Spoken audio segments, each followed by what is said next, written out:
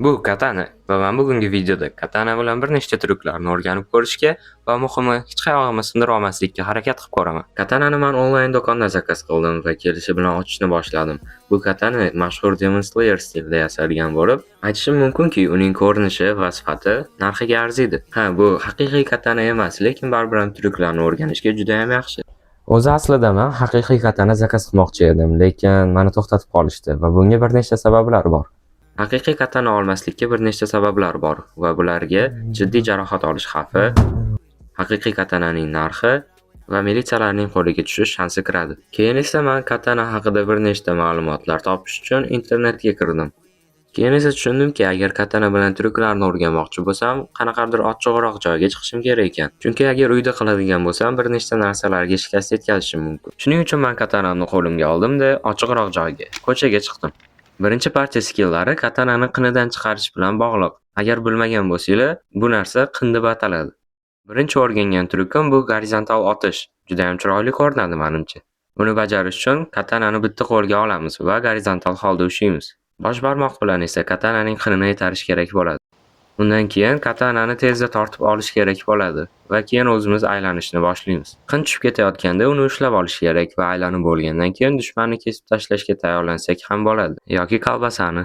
Tryukning asosiy qismi bu uchib ketayotgan qinni ushlab olish. Chunki siz uni unga qaramasdan qilasiz va bu sal qiyinchilik tug'dirishi mumkin. Men ham 10 martacha urinib ko'rganimdan keyin rovna 0 marta ushlashga erishdim. Yana bir marta urinib ko'rganimdan keyin hattoki boshim aylanib qoldi. Bundan tashqari qilichni qindan chiqishini ham kontrol qilish kerak edi. Chunki agar hali qilich chiqmasidan turib aylanishni boshlasangiz, qinni kimdirning yuziga uchirib olish mumkin. Xavfli eshitiladi. Shuning uchun ham ehtiyot bo'lish kerak. Aslini aytganda yana bir necha marta urinib ko'rganimdan keyin va nihoyat qinni ushlay oldim va tryukni to'liqchasiga bajardim. Yes! Keyingi o'rgangan tryukim esa bu vertikal otish. Bu xuddi gorizontal, faqat vertikal. Bu tryukni bajarish uchun katanani qinidan ushlab yonimizda ushlaymiz. Bu tryukni bajarish uchun bosh barmog'imiz bilan katanani osmonga uchirib yuboramiz va u osmonda turgan payti uni ushlab olish kerak bo'ladi. Bu tryukni men deyarli hech qanaqa xatolasiz qildim, faqatgina mashq holatdan tashqari. Va yana bir necha marta urinib ko'rganimdan keyin tryuk o'xshadi.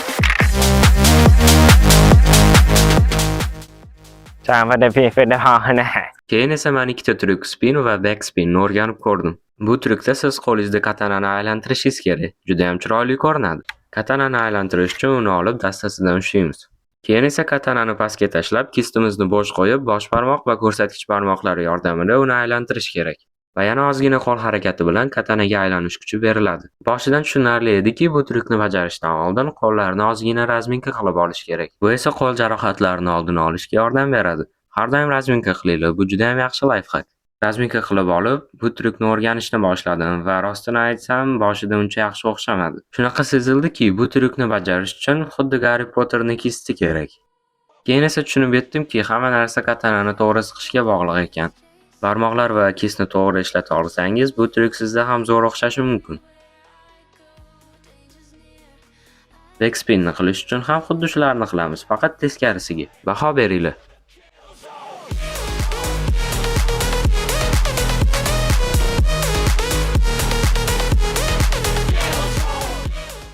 Keyin esa men mana shunaqa kombinatsiyani o'rganib ko'rdim.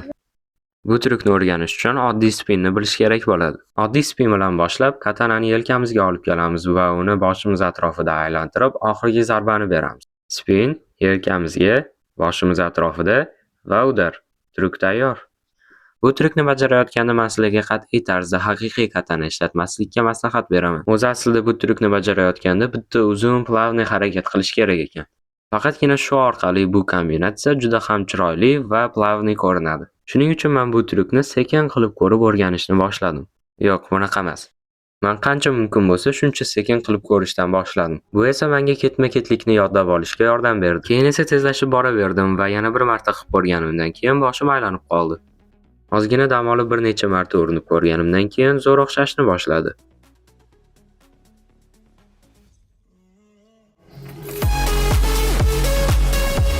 Men 100% ishonamanki, agar bizga qanaqadir o'simliklar hujum qilsa va men hozir ko'rsatgan narsam ularga ko'rsatsam, ular 100% qochib ketishadi. Oxirgi trikka esa men katanani qiniga chiroyli solishni o'rganmoqchi bo'ldim. Buning uchun bir nechta uslublar mavjud, lekin men uchun aynan shunisi juda ham yoqdi. Buning uchun har doimgidek katanani qo'lga olish kerak. Ko'rsatkich barmoqni esa katanani boshqa tarafiga o'tkazamiz. Keyin esa mana shunaqa harakat bilan qilichni aylantirish kerak. Bu vaqtda esa katanani teskarisiga ushlab olish kerak bo'ladi. Keyin esa plavniy harakat bilan qilichni qiniga solamiz va tryuk tayyor. Rostini aytsam, bu tryuk xuddi bemalol qo'lga jiddiy jarohat bera oladiganga o'xshaydi. Katana bir nechta barmoqlar uchun yetarli darajadagi og'ir narsa va o'ylamaymanki, kimdir katanani deb barmog'ini sindirishni xohlaydi. Shuning uchun ham ularni yana bir marta qizitib olish ortiqcha bo'lmaydi. Men tushundimki, birinchi bo'lib bu tryukni bajarishdan oldin katanani ko'rsatkich barmoq orasida aylantirishni o'rganish kerak. Chunki bu harakat tryukning asosiy qismi hisoblanadi. Shuning uchun ham keyingi 10 minutni men shu harakatni o'rganish uchun ajratdim. Ushlash, barmoqni tarafini o'zgartirish, o'sha barmoqlar atrofida aylantirib, qinini ichiga solish. Bo'ldi. Bu tryukdagi asosiy qiyinchilik bu uni plavniy qilish edi. Chunki hamma ham noto'g'ri va notekis qila oladi va bu uncha chiroyli ko'rinmaydi. Va shuning uchun ham harakatlarni plavniylashtirish qolgandi. Bu esa tez bo'lmadi. Umuman tez bo'lmadi. Bir marta o'zimni ham urib oldim. Bunaqa holat yana qaytarilmasligi uchun men katanani aylanishini qat'iyroq nazorat qildim. Va yana bir qiyinchilik bu katanani qiniga solish edi. Chunki bu o'ylaganimdek oson emas ekan. Lekin bu yerda hech qanaqa sekret yo'q. Muhimi ko'p marta qaytarib, xatolarni to'g'rilab, idealni qilib ko'rish edi. Menimcha bu hamma narsada ishlaydigan qonun. Idealni o'xshamagunicha ketma-ket harakat qilish. Men ham har bitta urinib ko'rganimda yana ham plavniyroq qilishga harakat qildim va yana bir necha yuz urinishlardan keyin va nihoyat o'xshadi.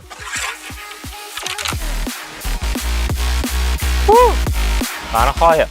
Uje kech bo'lib qolgandi. Shuning uchun ham men bugunga tugatishga qaror qildim. Bugun men bir nechta tryuklarni o'rgandim va mana hammasi bittada qilinsa qandoq bo'ladi.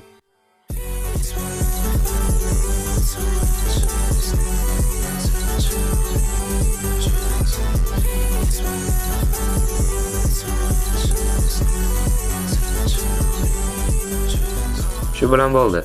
Agar sizga video yoqqan bo'lsa, like bosib obuna bo'lishni unutmang va albatta kommentariy yozing. Men kommentariy o'qishni yaxshi ko'raman. Hammaga omad, xayr.